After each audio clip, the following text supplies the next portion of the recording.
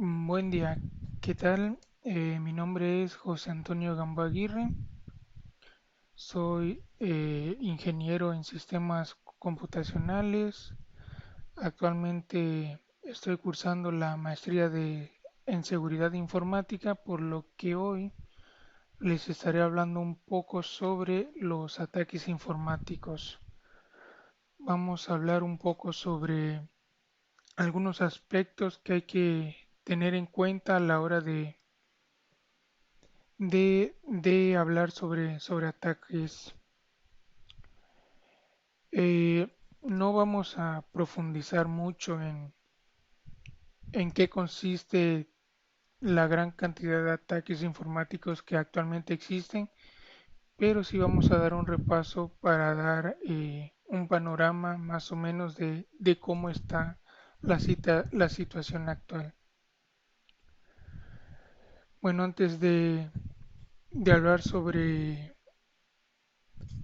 medidas de defensa o de cualquier otra cosa, creo que es importante mencionar a qué nos referimos con un ataque informático. Así un concepto muy breve.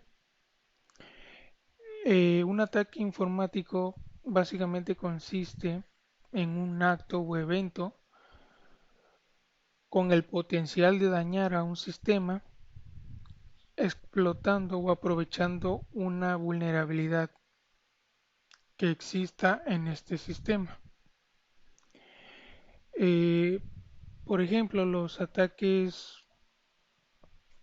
de los ataques más comunes que puede ser la inyección de cualquier tipo de SQL del lado del cliente mediante JavaScript. Este ataque es posible porque aprovecha la vulnerabilidad de muchos sistemas en no validar las variables de entrada, en no validar los inputs, básicamente de no validar la información que se está recibiendo desde fuera. Básicamente así funciona un ataque. Se tiene una acción o evento que puede corromper un sistema debido a que éste tiene una vulnerabilidad. ¿Qué debemos considerar cuando hablamos de un ataque?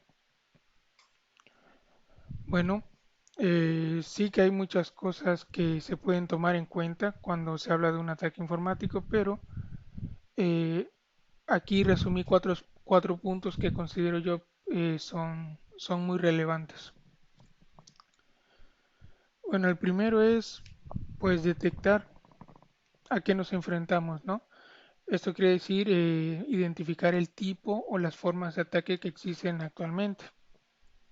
Como les mencionaba en el principio, pues hay una importante cantidad de ataques o formas de hacer daño, y considero yo que uno de los principales aspectos a tener en cuenta es a qué te estás enfrentando, perdón.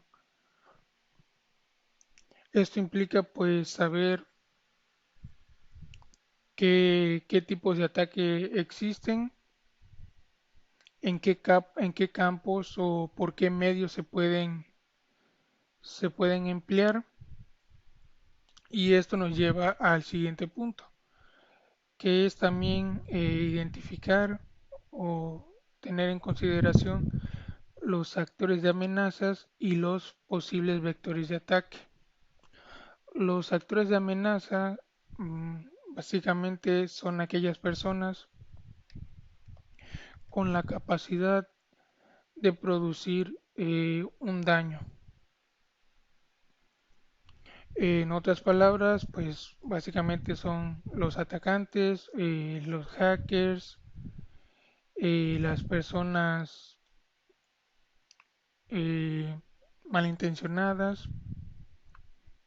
Esos son los actores de amenazas. Aquellas entidades, aquellas personas que tienen el potencial de provocar un daño en el sistema o en una organización como tal. Los vectores de ataque es el camino o la puerta de entrada a esos ataques o a esas amenazas. Vamos a verlo un poquito más en detalle posteriormente. Y también existe un punto que son la inteligencia de amenazas o la inteligencia en amenazas, que es una base de conocimiento que puede tener una organización o una persona sobre el ambiente o ecosistema de las amenazas actuales, cómo se comportan, eh, qué impacto pueden tener, qué probabilidad de éxito tienen. eh, Incluso se les puede atribuir un índice de qué tan, qué tan graves son. Todo eso involucra tener una inteligencia de amenazas. Eso también considera el hecho de saber cómo responder. O sea, también se tiene una base de conocimiento de cómo se puede responder ante ciertas amenazas e incluso también cómo se pueden prevenir. Y por último, pues una evaluación de la seguridad. O sea, ya una vez que tienes un conocimiento de las formas de ataque, quiénes son las personas o entidades que pueden provocar esas amenazas, cómo las pueden dirigir hacia tu organización o hacia ti, y ya y demás información, ya una vez que tengas todo eso, pues creo que es viable el hecho de hacer una evaluación de tu seguridad. Bueno, tipo y técnicas de ataque. Aquí se considera el cómo y el por qué. El cómo es básicamente cómo funcionan este tipo de ataques y por qué funcionan también. Esto es relevante porque si entiendes el cómo funcionan y el por qué funcionan, pues obviamente puedes tener las habilidades o herramientas para determinar qué es lo que te puede proteger de ellas. Hice una clasificación. Sé que existen un montón de ataques destinados a distintos campos o a distintas herramientas, a distintas aplicaciones, pero me gustó clasificarlas eh, por este tipo ¿cómo llamarle? Este tipo de enfoque, por así decirlo. La primera categoría que tenemos es malware. Todo lo que involucra este código malicioso lo podemos catalogar en este círculo.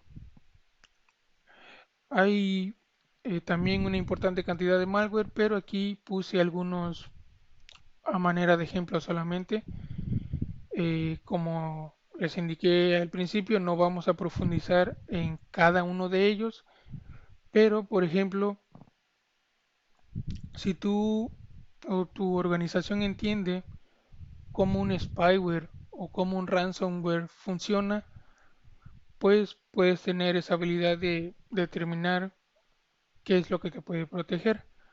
Por ejemplo, con el ransomware, si sabes que consiste en una especie de criptomalware que aprovecha el uso de criptografía para cifrar tus archivos y pedir un rescate por ellos, pues en ese sentido tú podrías determinar que si los cifra, pues sería importante o sería relevante tener una copia de seguridad en caso de que se haya visto una infección de ransomware, pues ya se tiene un respaldo en una ubicación externa, obviamente.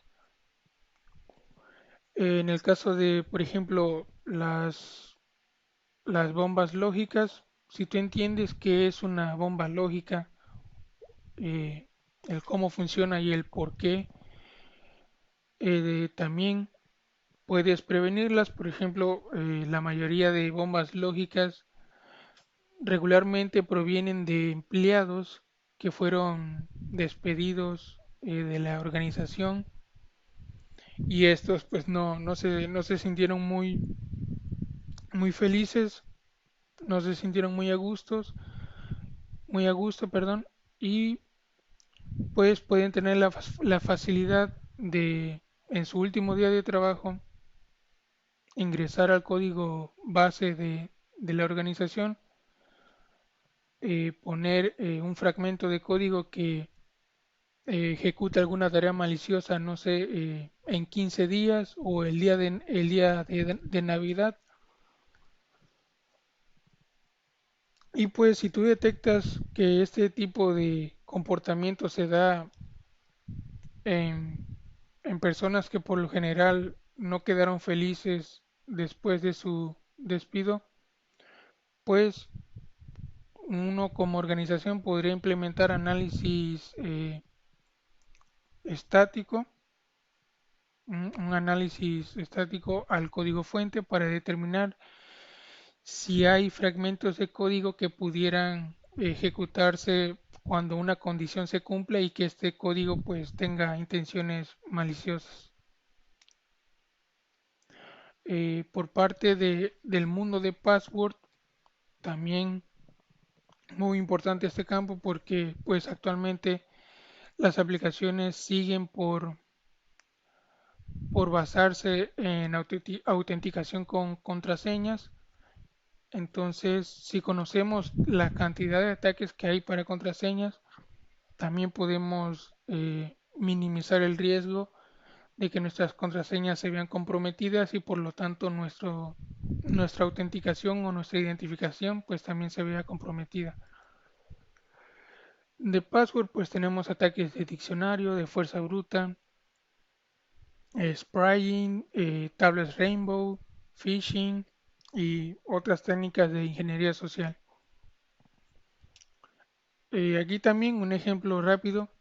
Si tú entiendes que el ataque basado en diccionario se basa en un catálogo, en una base de datos de contraseñas comunes, de frases comunes, de,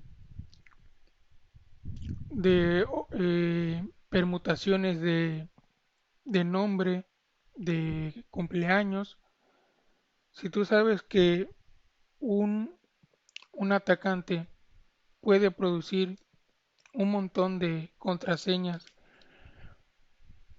con esta información, con esta base de datos, pues tú como organización podrías entender que el hecho de establecer una contraseña que no tenga tu cumpleaños, tu nombre de usuario, que no contenga alguna frase reconocida, perdón, frases de jerga, eh, frases comunes, ese tipo de cuestiones. Si tú estableces una política, por ejemplo, para establecer, perdón, que todas las contraseñas tienen que tener de 8 a 30 caracteres, por ejemplo, y que no debe de contener tu nombre de usuario y que debe de contener al menos, ya saben, las típicas reglas de al menos un número, una letra mayúscula, una letra minúscula y un carácter especial, pues ya también minimizas el riesgo de que del ataque por diccionario sea exitoso. Y esa misma lógica la puedes aplicar para el resto de ataques o el resto de técnicas. Por ejemplo, para las tablas Rainbow, pues creo que ahí está claro que por nada del mundo cifres, perdón, almacenes tus contraseñas en plano y tampoco generes contraseñas o utilices contraseñas expuestas en exposición de datos anteriores. Por ejemplo, si, no sé, el mes pasado se dio a conocer una brecha de datos específicamente de hashes, de contraseñas de, no sé, de Facebook por ejemplo, pues sería, eh, sería importante que en alguna parte de los procesos de seguridad pues se audite que las contraseñas que se establezcan no estén incluidas en esa brecha de datos que ocurrió hace un mes.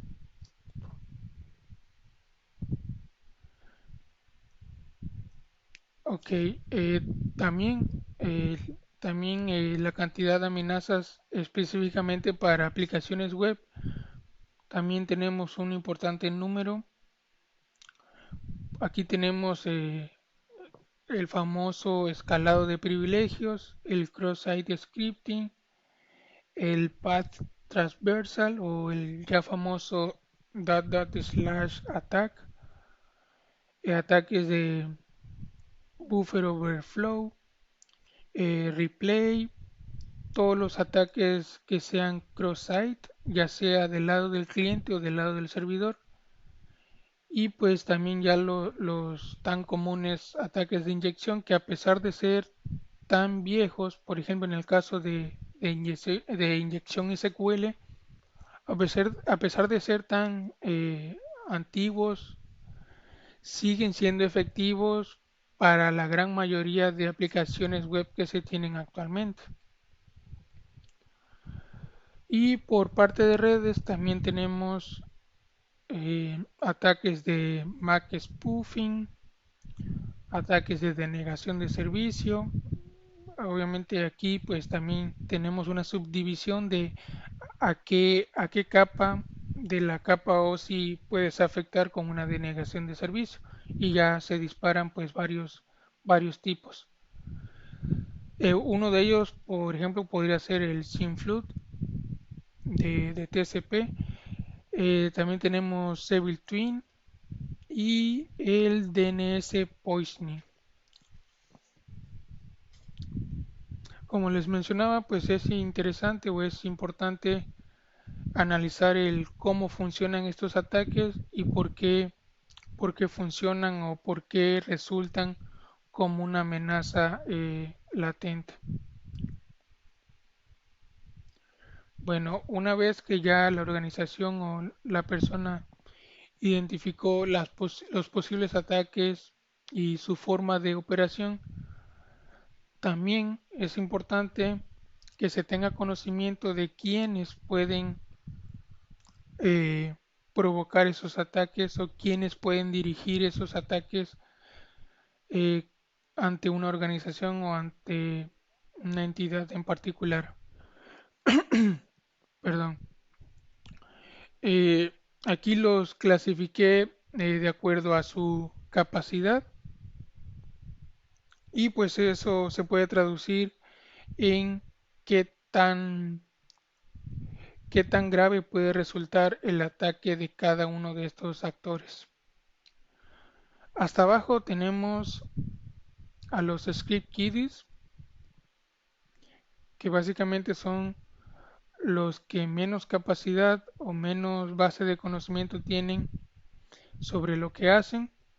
Sí que pueden causar daño, que eso claro está, pero normalmente el daño que provocan o la capacidad que tienen para provocar daño está fuertemente ligada, perdón, eh, a la cantidad de ataques públicos que hay en repositorios de código, por ejemplo, a la capacidad de código de vulnerabilidades expuestas públicamente.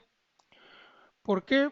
Porque básicamente este tipo de actores lo que hacen es buscar en internet algún código, algún script que ya haga el ataque y que simplemente el actor tenga que dar enter o dar un clic y que el ataque se ejecute y pues esperar resultados del ataque.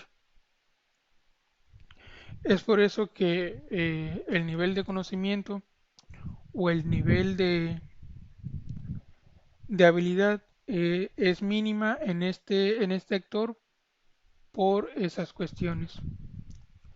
Este tipo de actores normalmente están motivados por, por el juego, simplemente por jugar, por hacer una broma, por experimentar. También el hecho de experimentar los motiva a hacer este tipo de acciones.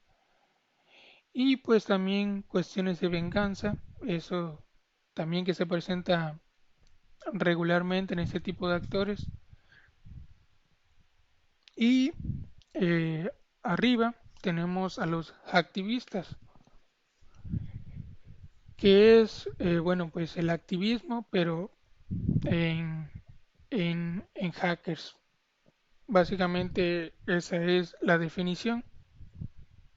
Es un grupo de personas que son movidas o que hacen lo que hacen por alguna razón en particular, por algún movimiento en particular. Hay algo que los motiva con gran peso a hacer lo que hacen. Por ejemplo, el más famoso ejemplo es el caso de Anonymous. Ellos son activistas porque los mueve el hecho de que, no sé, que no exista eliminar o erradicar gobiernos corruptos, movimientos no éticos y ese tipo de cuestiones. Esa, esa es la razón por la cual la mayoría de activistas pues son lo que son. Básicamente quieren darse, bueno, no siempre, pero en la mayoría de los casos quieren darse a conocer públicamente y establecen sus ideales, sus principios de cómo van a operar ellos y demás. Y pues también hay activistas que no están a la luz, pero también tienen un propósito bien establecido de hacer lo que hacen. Obviamente el hecho de que tengan un motivo, eh, por llamarlo de alguna manera ético, un motivo bueno, eso no le quita el hecho de que lo que están haciendo pues también provoca daño a su objetivo.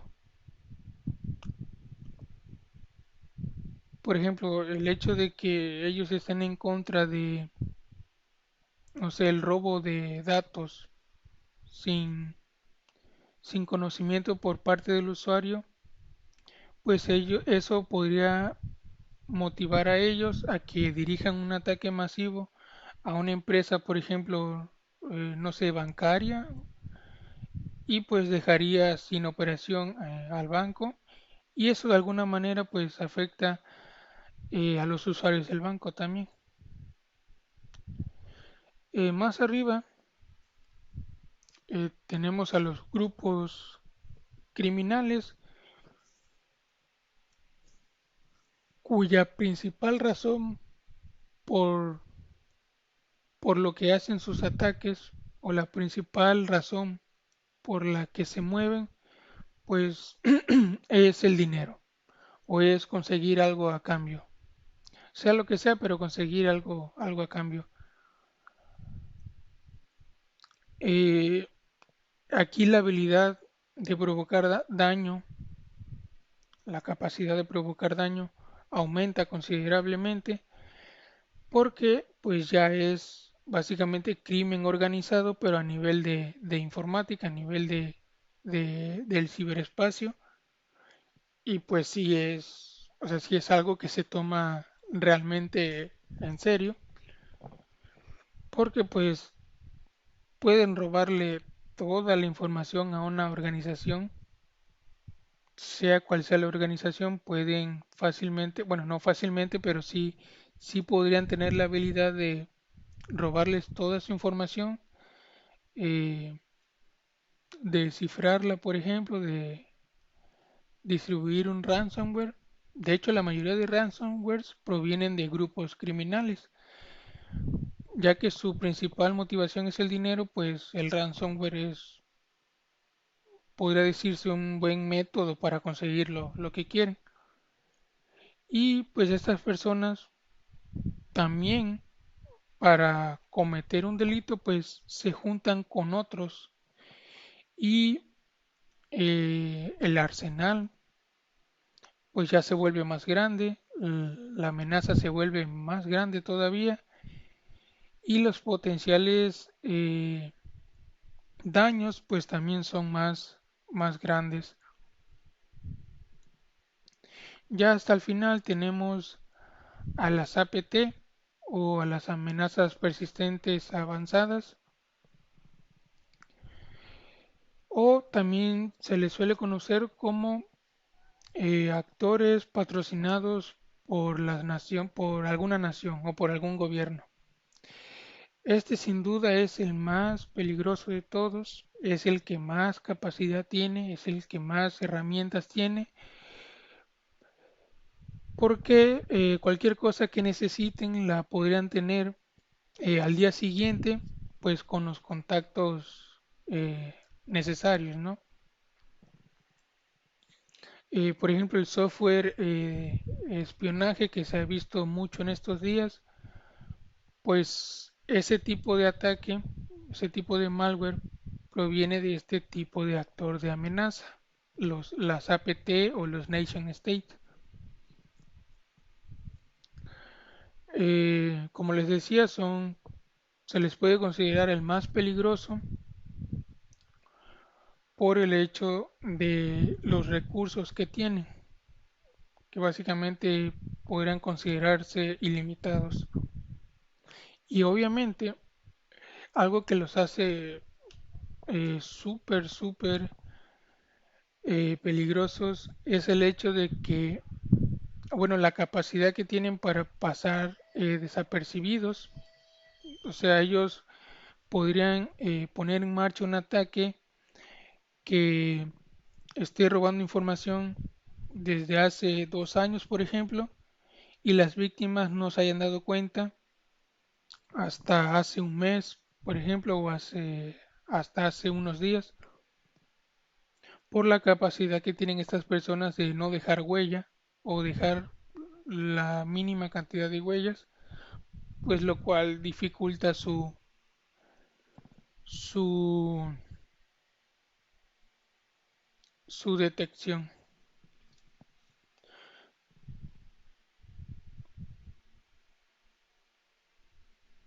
Bueno, no lo mencioné, pero el hecho de conocer este tipo de actores nos ayuda a entender el quién y el por qué lo hace. Recordemos que cada uno de ellos eh, tienen ciertos atributos, ciertas motivaciones que los motivan, válgase la redundancia, a hacer lo que hacen.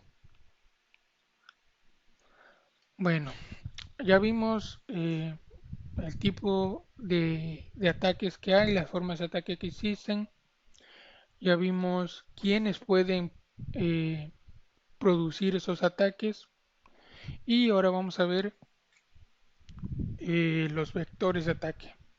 Por dónde un ataque puede eh, causar daño a una organización o a una entidad. Hay muchos vectores, resumí aquí algunos comunes.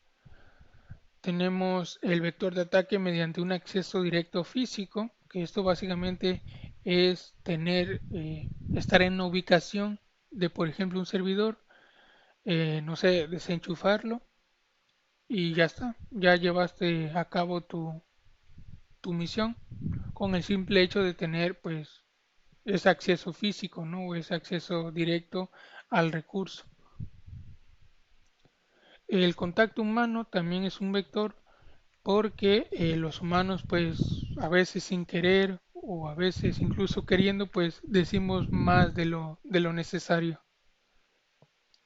Nosotros como humanos pues entramos como un vector altamente explotable por las ya famosas técnicas de ingeniería social. Un ingeniero social eh, que se ponga en contacto con una persona, por ejemplo, eh, un grupo de atacantes vio que no pudo acceder al servidor web, porque tiene medidas de protección muy adecuadas, muy avanzadas. Lo intentaron, pero no pudieron acceder. Pero se les ocurre la brillante idea de pues seducir a cierto tipo de personas que pudieran tener algo de información relevante respecto a ese servidor web. Entonces, pues entra un ingeniero social, se pone a hablar con esa persona y resulta que sacó unos tres o cuatro datos ahí muy importantes e incluso muy sensibles que ahora sí le facilitaron la tarea al grupo este de atacantes para llevar su, su proceso de manera exitosa.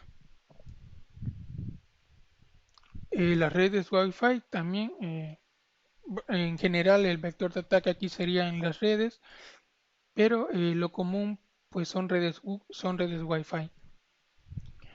Lo mismo, puedes tener muchos eh, endpoints de tu red asegurados, están bien configurados y demás, pero resulta que el Wi-Fi, por la flexibilidad que tiene para proveer de conexión inalámbrica, pues también a veces se nos va de las manos la configuración de ellos y se vuelven una puerta de fácil acceso para los atacantes. Los dispositivos extraíbles también son muy comunes y pues básicamente una memoria USB extraíble o un disco extraíble que traiga, eh, no sé, un empleado de soporte técnico. Imaginemos que se tienen las medidas adecuadas a nivel de software, a nivel de hardware para que los servidores web no se infecten, eh, eh, las redes las redes computacionales también se protegieron de manera adecuada y demás, pero si no consideramos el hecho de los dispositivos extraíbles, pudiera pasar que en la simple conexión de un dispositivo USB de este empleado de soporte técnico, pues no sabemos qué tiene en esa memoria extraíble, ¿no? Pudiera tener malware que al final de cuentas, pues se infectó la computadora y finalmente la computadora distribuyó ese malware a toda la red de la empresa.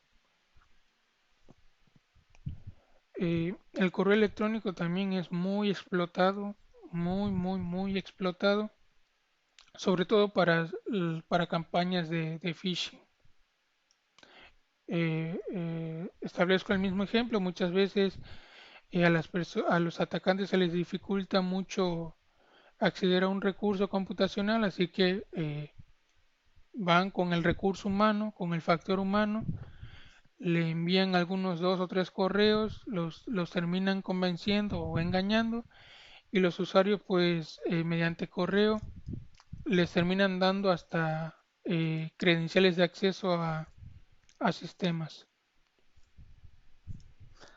El entorno cloud también, muchas veces consideramos que el hecho de utilizar cloud pues ya estamos seguros porque no nos tenemos que preocupar por el hecho de configurar el servidor, configurar las redes, que de todo eso se encargue el proveedor de cloud y ya nosotros no hacemos nada.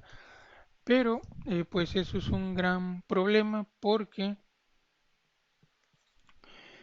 de la cantidad muy extensa de configuraciones que puede tener un proveedor de cloud, si nosotros no conocemos esas configuraciones, pues también estamos dejando una puerta de entrada a los atacantes en nuestra infraestructura en cloud. También tenemos el uso inadecuado que básicamente consiste en no tener una noción base de seguridad y por ende nosotros regularmente utilizamos algunos recursos de manera inadecuada. Por ejemplo, que se utilice la red eh, empresarial para descargar software que no debería estar permitido,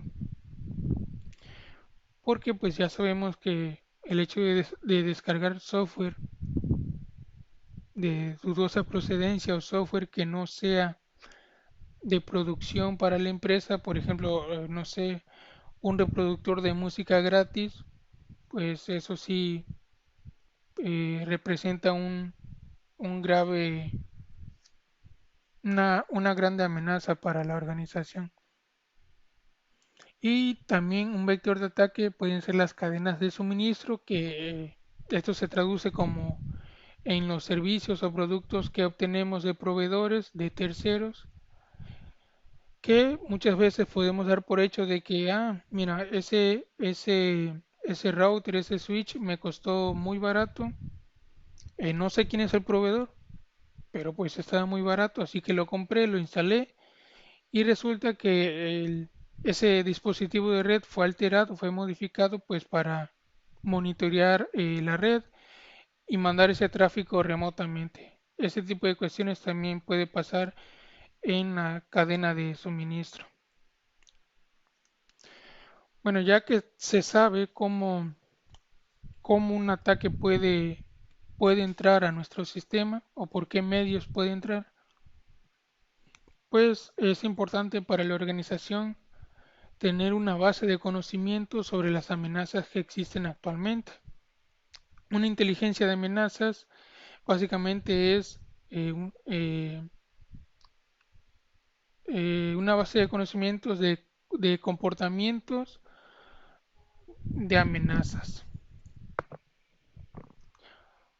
Aquí puse una definición por parte de Gartner que dice que una base de conocimiento, perdón, que una inteligencia de amenazas es una base de conocimiento basado en evidencia que incluye contexto, mecanismos, idinca- indicadores, implicaciones e incluso consejos orientados a la acción sobre una amenaza o peligro existente o emergente para los activos. Esta inteligencia se puede utilizar para la toma de decisiones en procesos de respuesta ante la amenaza o peligros. En resumen, pues es una base de conocimientos sobre amenazas e incluso una recopilación de cómo una empresa puede responder a este tipo de amenazas y cómo se puede proteger ante este tipo de amenazas. Para una inteligencia o para construir nosotros como organización una inteligencia de amenazas, podemos recurrir a técnicas de OSINT, podemos recurrir a organizaciones como el MIT RE, podemos acceder a bases de datos públicas como las del CVE, eh, el ya famoso Common Vulnerabilities and Exposures, que bueno, si no conocen, esto es básicamente es una base de datos de las vulnerabilidades que se han estado identificando, se introducen en estas bases de datos públicas y básicamente en un listado se te indica qué identificador tiene, a qué producto afecta o a qué tecnología afecta, cuándo fue descubierta y si el proveedor de esa tecnología o el proveedor de ese framework bueno, no proveedor, el desarrollador de ese framework, el desarrollador de ese código, el desarrollador de esa solución, también se indica si ese desarrollador ya sacó un parche o ya sacó una actualización donde se corrige esa vulnerabilidad. También hacemos inteligencia de amenazas con base en indicadores de compromiso, que son archivos o datos en específico que te pueden dar una idea o te pueden dar un, un vistazo de que estás siendo víctima de un ataque. Por ejemplo, un indicador de compromiso esencial son los logs. Los logs, por ejemplo, de un servidor web te dice te dicen, perdón, todas las peticiones que ha estado recibiendo el servidor web y qué estatus de respuesta se les ha estado dando. Contiene otra información relevante como el user agent, el tamaño de la respuesta, el tamaño de la petición, el código HTTP devuelto, entre otras cosas. Toda esta información te puede servir para determinar si estás siendo víctima de un ataque o no. Eh, también, también existe un término que se llama intercambio de indicadores de compromiso o AIS, que básicamente es una base de datos pública en donde diferentes organizaciones comparten sus hallazgos o comparten sus indicadores para que otras organizaciones puedan utilizarlos y así pues tener un panorama más claro de lo que está pasando en su organización respecto a este tipo de amenazas. Y finalmente, técnicas, tácticas y procedimientos. Esto es como una especie de guía de qué puedes hacer si te pasó esto, cuál puede ser tu respuesta y cómo puedes solucionar ese incidente. Es como una especie de receta de cocina que te da una guía de pasos de cómo proceder ante cierto tipo de incidentes o cierto tipo de amenazas. Y ya con toda la información que hayas recopilado respecto a amenazas o ataques, que con todo esto que vimos, pues sí, ya es mucho, pues ya como organización pudieras implementar metodologías de evaluación de seguridad, procedimientos para determinar el nivel de conocimiento que tiene la empresa o la organización respecto a seguridad y ya conocido ese nivel de conocimiento o de compromiso, pues tomar medidas ya sea para mantenerlo o elevarlo o crecer más en conocimiento de seguridad. Aquí hay varias cosas que se pueden emplear. Una es el threat hunting, que básicamente es estar a la caza de las amenazas, estar en constante monitoreo y pues adelantarse al hacker o adelantarse al actor de la amenaza antes de que éste proceda con sus ataques. Básicamente es anticiparse al atacante. Los escaneos de vulnerabilidades pues claramente ayudan para detectar ya sea de manera dinámica o estática las posibles fallas de software que pudiera tener nuestro sistema. Pruebas de penetración también ayuda bastante. Eh, se puede llegar a confundir escaneo de vulnerabilidades con pruebas de penetración, pero básicamente la principal diferencia es que en un escaneo de vulnerabilidades tú no las explotas, simplemente las identificas, eh, haces un reporte, puedes establecer un plan para proceder con esos hallazgos y en una prueba de penetración las identificas, las tienes ya claramente identificadas y procedes a explotarlas para determinar pues el daño que pueden causar esas vulnerabilidades cuando son explotadas. Básicamente esa es la diferencia en que en una no explotas y en otra pues sí explotas. Como indicaba anteriormente, pues también las bases de datos de vulnerabilidades ayudan bastante porque básicamente es un panorama general de la cantidad de amenazas que existen y pues el software o las tecnologías que pueden ser, están en tendencias a tener más vulnerabilidades, ¿no? Si tú ves esta base de datos y ves que la mayoría son de, por ejemplo, no sé, por decir un ejemplo, si la mayoría son de WordPress, pues podrías determinar no utilizar WordPress para ciertos desarrollos y sí irte pues por otra tecnología, ¿no?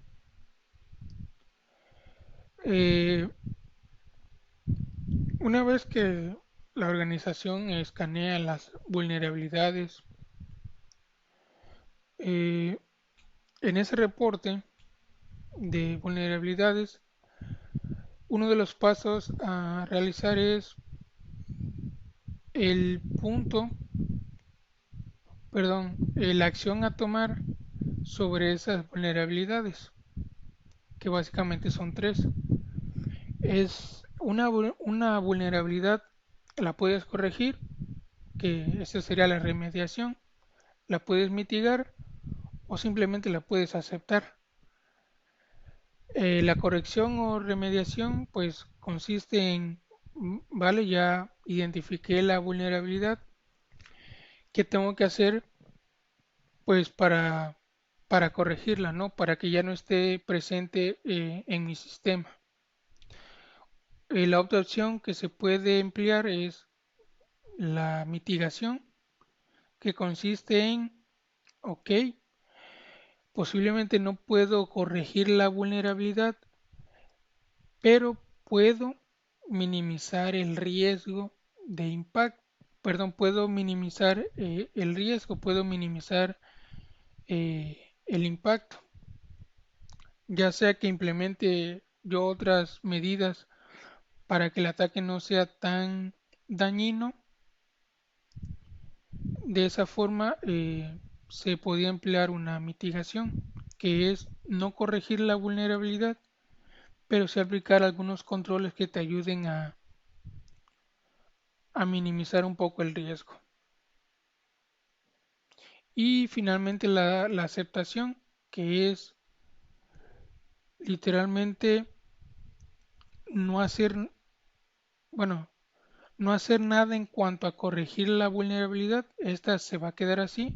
El código que tiene esa vulnerabilidad o el fragmento que tiene esa vulnerabilidad se va a quedar así.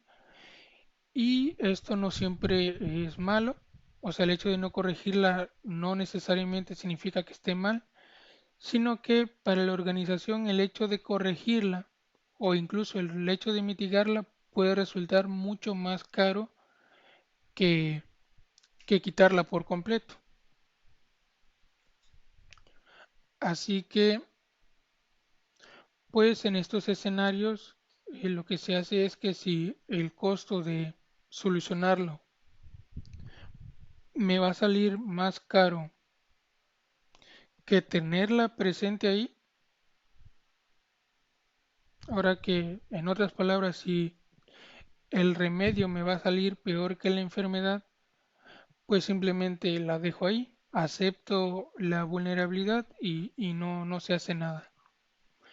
Y también la aceptación también se puede dar en aquellos casos donde prácticamente la vulnerabilidad no representa ningún riesgo para la organización y pues se deja tal cual. Y pues otros puntos para una evaluación de seguridad es la identificación de amenazas, identificar configuraciones débiles en infraestructura, en redes, en software, etcétera, identificar falta de controles de seguridad, los SAST y los DAST, perdón, que son los tipos de escaneos de vulnerabilidades que existen. El SAST es un escaneo estático, o sea, a nivel de código. Esto se puede hacer manual o se puede hacer eh, automáticamente, o sea, ahí existe software para hacer este análisis estático. Se analiza el código en búsqueda de posibles fragmentos de código que pudieran representar alguna vulnerabilidad. Y el DAST, que es un escaneo dinámico. Este se hace en vivo cuando la aplicación ya está corriendo, o sea, el código ya está en una infraestructura que operando y el análisis se hace con base a peticiones y respuestas de esas peticiones. No se hace en el código fuente como tal. Y pues un escaneo de redes también siempre viene bien en evaluación de seguridad. Buscar ahí qué servicios están encendidos y no son necesarios, qué protocolos de redes pudieran representar algunos puntos de debilidad, etcétera. Y bueno, para no hacer más larga eh, la presentación, aquí algunos consejos generales con base a todo lo que vimos. Eh, Puedo señalar pues más, porque existen más, o sea, el mundo de la seguridad es extenso, muy extenso, pero aquí están algunos puntos o consejos generales que una organización podría implementar. La primera es precaución con los dispositivos extraíbles, como ya lo hemos visto. Emplear campañas de concientización en materia de seguridad. Esto eh, puede ser muy beneficioso para una organización, ya sea pequeña o mediana, porque una, le das una base en materia de seguridad a todo tu personal y de esta manera tu personal o ese factor humano ya no es tan vulnerable a métodos de ingeniería social, por ejemplo. Obviamente, la concientización se da con base al rol que desempeña el empleado o el trabajador. O sea, el material de seguridad que se pudiera impartir, por ejemplo, a un programador, obviamente no va a ser el mismo que el material de seguridad que se le puede impartir eh, a una persona de soporte técnico o de ventas, por ejemplo. Ahí sí se tiene que tener estructurado un plan o tener ya en claro un material adecuado para cada uno de los empleados. E implementar y supervisar planes de respaldo también es fundamental. La información pues siempre se tiene que respaldar, no queremos tener problemas con, con pérdida de información. No confiar en nada o en nadie. Siempre se debe de cuestionar todo lo que se observe. Por más legítimo que parezca, por ejemplo, una petición, por más bien que se vea, por más bien estructurada que esté, siempre hay que dudar de esa petición, siempre hay que validarla, siempre hay que pasarla por un proceso de sanitización, por ejemplo, etcétera. Siempre. Eh, la actualización, la instalación de parches también fundamental. Esto ayuda porque como vimos antes en las bases de datos de vulnerabilidades, pues vemos que por ejemplo Windows 10 versión 2021 mayo 1.2, resulta que esa tiene una vulnerabilidad muy crítica, pero el proveedor, que en este caso es Microsoft, resulta que ya liberó un parche que corrige esa vulnerabilidad. Si nosotros no actualizamos, pues nos quedamos expuestos, ¿no? Monitorear constantemente las redes e infraestructura en general.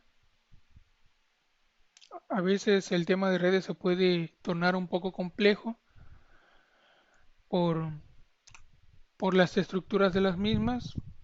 A veces son muy grandes, pero igual hay herramientas, hay software, hay empresas que pueden ofrecer este servicio de monitoreo a redes o a infraestructura en general. Garantizar confidencialidad donde sea necesario, es decir, emplea criptografía siempre que sea posible. Eh, el diseño de planes de continuidad del negocio y gestión de riesgos también son muy importantes, al igual que el resto de políticas que una organización puede emplear en materia de seguridad.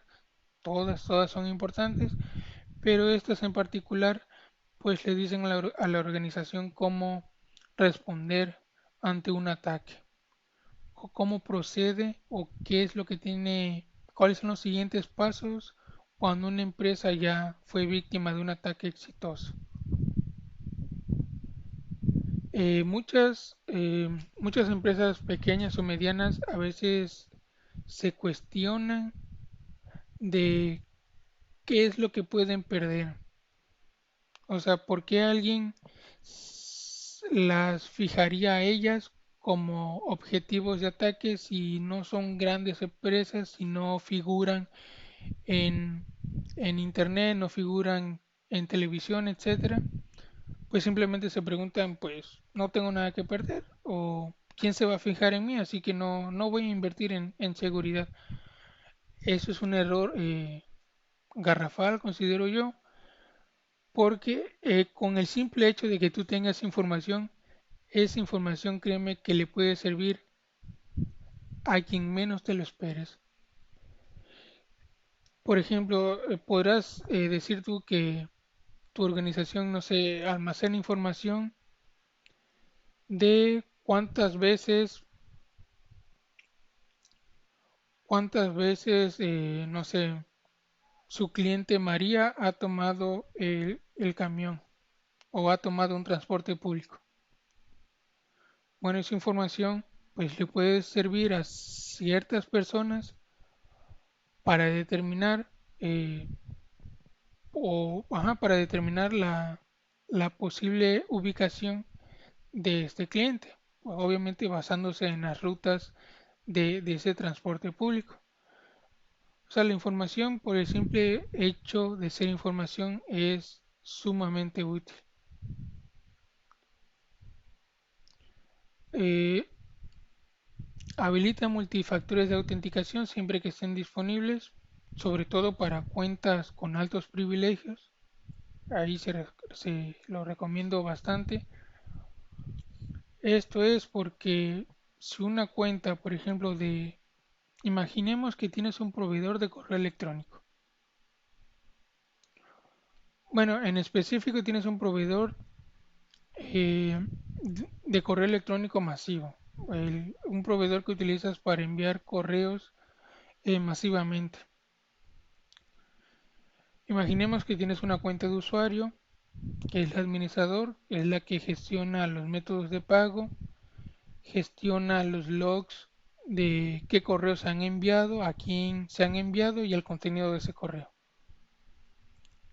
Si la contraseña de ese usuario administrador es el nombre del servicio, por ejemplo, pues para un atacante es muy fácil. En primer lugar, pues deducir la contraseña, ¿no? Es el nombre del servicio. No hay mucho que buscar.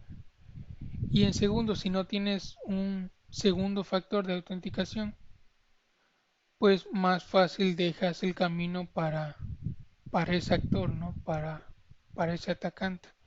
Así que, pues siempre que sea posible, habilita multifactores de autenticación. Y pues el consejo más general, más breve, más conciso es invierte en seguridad. Con los recursos que tengas para dedicarle a seguridad, inviértelos en seguridad. Obviamente no, esto depende de la organización, eh, depende el giro, depende sus objetivos, sus metas, pero siempre que tengas recursos disponibles, por mínimos que sean, inviértelos o asígnalos en seguridad. Poco a poco el campo de seguridad a tu organización puede ir creciendo, va a ir creciendo y cuando menos te lo esperes vas a tener un nivel en materia de seguridad pues ya bastante maduro. Y esto al final se traduce en más clientes, más reputación, mejor calidad y pues mayores niveles de confianza. Y estos que vaya son importantes. Eh, una organización que tiene la confianza de que los datos de su organización no van a ser comprometidos y sus clientes tampoco se van a ver comprometidos, pues eleva la confianza de la organización y de los clientes. Un, un- una gran ganancia para todos. Y pues bueno, eso fue todo. Muchas gracias por ver este video. Hasta luego.